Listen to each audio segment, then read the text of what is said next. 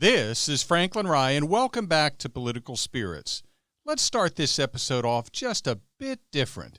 Let's hold off on the popping beer bottle and pouring sounds for a bit, and in honor of the Kentucky Derby being held yesterday, let's think about what the presidential race would be like this year to this point if it were a horse race. Who would be the horses and the jockeys? And I'm not just talking about candidates themselves, and how well are they doing so far? So let's give it a shot. The horses are being led onto the track here at Democracy Downs. First out is the winner of the 2016 Derby, MAGA, ridden by perhaps the world's largest jockey, President Donald Trump, followed by Fake News, ridden by perhaps the world's most portly jockey, CNN's own Brian Stelter. And out of the tunnel comes Religious Right, ridden by Race Bannon from the old Johnny Quest cartoon series. Wait, that's Mike Pence. Next up onto the track is Brooks Brother, ridden by a jockey in a blazer and a rep tie. It's Tucker Carlson. And out of the tunnel comes Where Am I, under the world's oldest jockey, Joe Biden. And right behind him, literally right behind him, almost as if she's incredibly eager to step into Where Am I's position on the track, is Say My Name and You Better Say It Right, ridden by Kamala Harris. Next up is Oh My God, I've never seen a beautiful palomino in a horse race. It's Stilettos, and it's ridden by an equally stunning jockey, Melania Trump.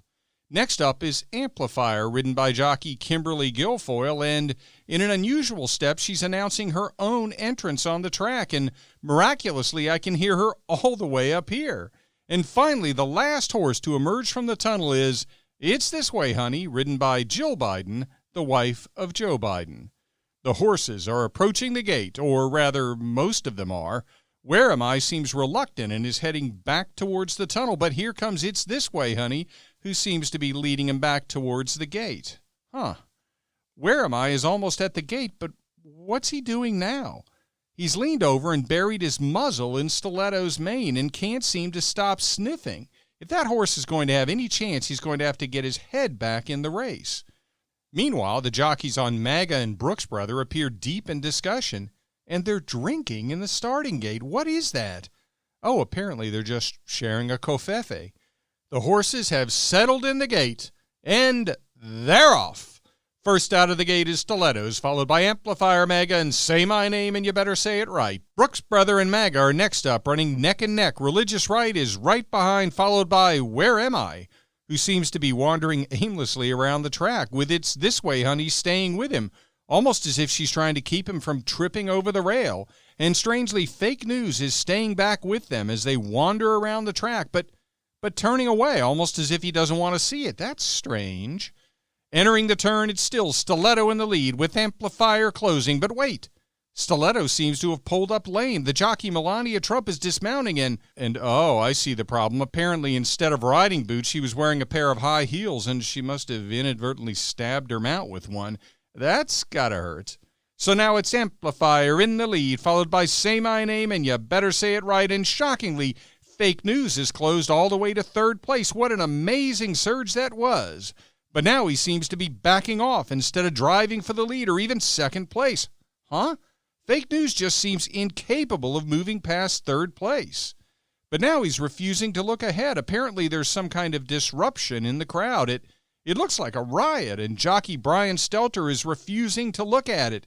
Now he seems to be turning off the course. Jockey Brian Stelter is off his mount. His head is down, and he and the horse just seem to be having a good cry. I guess this was all just too emotional for them. And Amplifier is now off the track as well, talking to someone. It's Donald Trump Jr. Don't know why she had to stop. She could have just yelled to him. I'm sure he would have heard her. Now it's Say My Name and You Better Say It Right, pounding down the backstretch, firmly in the lead, followed by Religious Right, Where Am I, It's This Way, Honey, MAGA, and Brooks Brother. Hold on. Say My Name and You Better Say It Right is now pulled up, and jockey Kamala Harris is yelling at someone smoking something next to the outside rail. Wait, no, it looks like she's trying to arrest him. No, she seems to be wanting to share the smoke with him. She seems confused. Boy, that's odd. Now Where Am I is pulled into the lead with It's This Way, Honey, literally holding his bridle. Religious right is falling back, and here comes MAGA, surging through the turn and into the home stretch. MAGA and Where Am I are neck and neck for just a moment now. Where Am I seems less confused. He seems to know where he's going. What is that? There's something mounted on the back of Where Am I's head. It's either a teleprompter or a GPS, but for the moment he seems to have his bearings. It's MAGA and Where Am I and MAGA, neck and neck, closing on the finish line. But here comes Brooks Brother. He's closing like a freight train, and it's Brooks Brother by a nose. So what's the message here?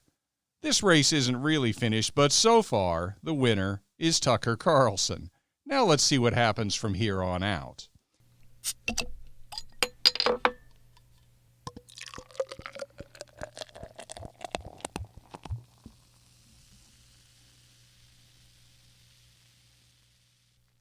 And now it's time for the traditional opening, where we still stand for the proposition that the left and the right should have a few drinks and talk.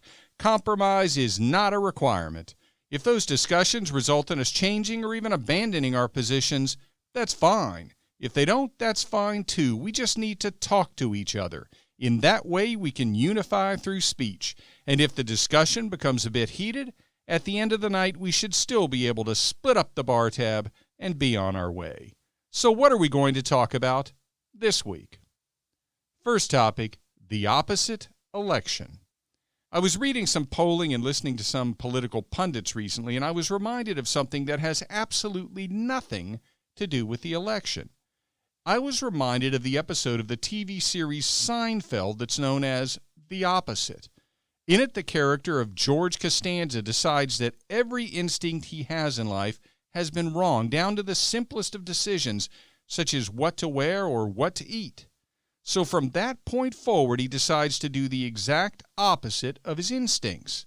For example, he immediately changes his standing lunch order, and then when a woman looks at him from the counter in the diner in which he's sitting, instead of ignoring it as he normally would, he walks up to her and introduces himself by saying, "I'm unemployed and I live with my parents." Incredibly, she immediately shows interest in him. So what exactly does this have to do with the 2020 presidential election? Well, the poll about which I was reading was the Zogby Strategies EMI Research Solutions poll taken after the Republican National Convention. It showed President Trump's support from black voters at 20%, a level of support which would be historic if it were to hold through to the election. And the comments from the political punditry to which I was listening included opining that President Trump has problems with white suburban females and, in some locations, seniors. Now, I'm not saying that the pundits are right, and you know from multiple podcasts that I still believe that President Trump will win re-election. But how ironic would it be that after being labeled a racist for years by the media, academia, Hollywood, Democrat leadership, and large swaths of political pundits, Donald Trump were to lose re-election after receiving a historically large percentage of the black vote, but receiving low levels of support from suburban white women and white seniors? If you look at what typically happens with the electorate and Republican candidates, that would certainly qualify for being reminiscent of the Seinfeld opposite episode, and if that happened, it should, but almost certainly wouldn't, result in the media, academia, Hollywood, Democrat leadership, and large swaths of political pundits acknowledging that a substantial portion of the black populace doesn't agree with their assessment of whether Donald Trump is a racist. But the interesting part of the analogy to the opposite episode of Seinfeld is not the electoral result if by some chance President Trump were to lose. The interesting part would be how he got there. To some extent, President Trump really did approach the election using the George Costanza approach from the Seinfeld opposite episode. You can think of the typical Republican approach to the black electorate as mirroring the approach of George Costanza when he was told by Elaine Bettis that a woman at the counter in the diner was looking at him. Initially, he said it was futile because bald, unemployed men don't approach strange women. Think of that as the typical Republican Party approach. After being labeled as racist in each succeeding election for decades by Democrats and the media, and black voters voting for Democrats in overwhelming numbers, sometimes by nearly 95%, the Republican Party would sit at the table and refuse to approach black voters, black pastors, black churches, black community organizations, even if they cast an interested glance in the Republicans' direction, as the woman at the bar did towards George Costanza in the Seinfeld episode. But then George Costanza chose to do the opposite and actually approached the woman, introduced himself in an honest way, and she ended up being receptive to it. Now think back to Donald Trump's speech in August 2016, identifying the damage done to the black community by Democrat policies in general and Hillary Clinton's policies in particular, asking for the votes of every single African American, and then closing with the question, quote, "What do you have to lose by trying something new like Trump?" Close quote. He then ran through a litany of the problems in the black community, including poor schools and overwhelming youth unemployment, followed by the question, expressed even more emphatically this time, quote, "What the hell do you have to lose?" Close quote.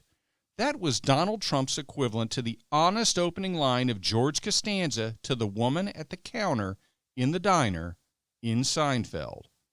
Now, one obvious difference between George Costanza and Donald Trump is that George Costanza in Seinfeld could be described as perhaps a lovable loser, whereas Donald Trump is clearly a winner, and whether or not he's lovable is certainly open to a wide range of opinions, including some very angry opinions.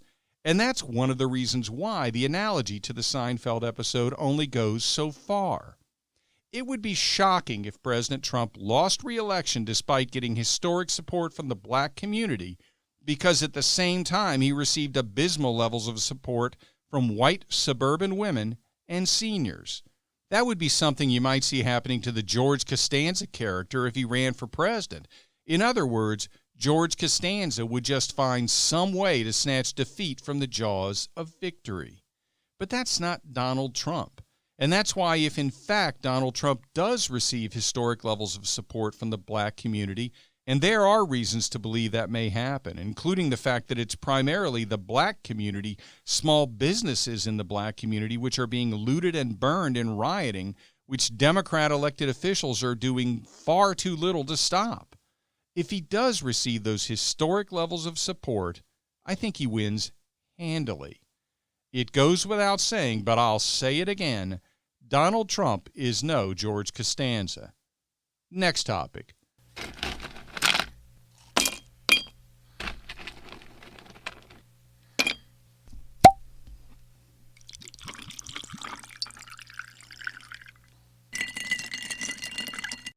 Good news travels slowly or not at all. It's been a constant source of frustration to me and others who think that Donald Trump has done a pretty darn good job as president, that he rarely gets credit for it, or at least nowhere near the credit which his Democrat predecessors have received when they have successes. Now, the obvious success to point to from this week is the negotiation of the agreement between Serbia and Kosovo to normalize economic relations, and in conjunction with that agreement, they also agreed to a number of additional commitments as a demonstration of good faith towards the U.S., including designating all of Hezbollah as a terrorist organization and working with the U.S. to try to decriminalize homosexuality in the 69 countries where it's currently illegal. And Serbia agreed to move its embassy in Israel to Jerusalem, matching the Trump administration move in that regard. And Kosovo agreed to recognize Israel. If that had happened under President Barack Obama, I can just imagine the over-the-top coverage and labeling him as a brilliant master of international affairs. For Donald Trump, the coverage was muted at best. I found a long, very laudatory piece at thehill.com and was encouraged. Perhaps President Trump was going to receive the recognition he deserves, or so I thought. But it turns out that piece was written in the opinion section by Richard Grenell, President Trump's special envoy for Serbia and Kosovo. Incidentally, that's the same Richard Grenell who virtually shredded the media attending the press conference regarding the new agreement when they failed to ask questions focused on that agreement and the historic accomplishment. If you haven't seen that exchange, check it out on Twitter. It's almost as entertaining as watching Kayleigh McEnany chew up the press like she's the T-Rex in the first Jurassic Park movie. And of course, this development comes shortly after the announcement of the peace agreement between the United Arab Emirates and Israel, another huge foreign policy success for the Trump administration, which should also be seen as a vindication of his trust in Jared Kushner, at least on the Middle East relations front. That agreement is much more momentous than the Serbia-Kosovo deal, and it did receive a fair amount of coverage. But in typical fashion, it was far less laudatory of the Trump administration's success than it should have been. So perhaps you're saying to yourself, fine, he's had some success overseas. That's not what I care about. I want to see success here at home. Well, I'm not going to focus on the encouraging reduction in the unemployment rate because you've no doubt heard about that. Let's talk for a moment about something that's positive, that involves the state, which is about as far from supportive of President Trump's presidency as you can possibly get. But it hasn't stopped his administration from working with that state, from trying to solve real-world problems affecting its citizens in sometimes horrific ways, sometimes year after year after year. And President Trump's relations with that state on those particular issues has been contentious at times, even so contentious that I criticized him for some of his tweets in that regard. And I addressed the issue in an episode entitled Tweets of Fire. That's right, the subject is California wildfires, and the positive news is that the Trump administration and the state of California's Gavin Newsom administration reached an agreement regarding forest management plans to prevent wildfires.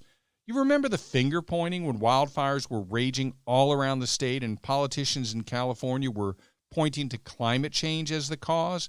And President Trump was pointing out in some very indelicately worded tweets, big surprise there, that the state had been neglecting proper forestry management for years, including a failure to clear low-level brush that acts as kindling.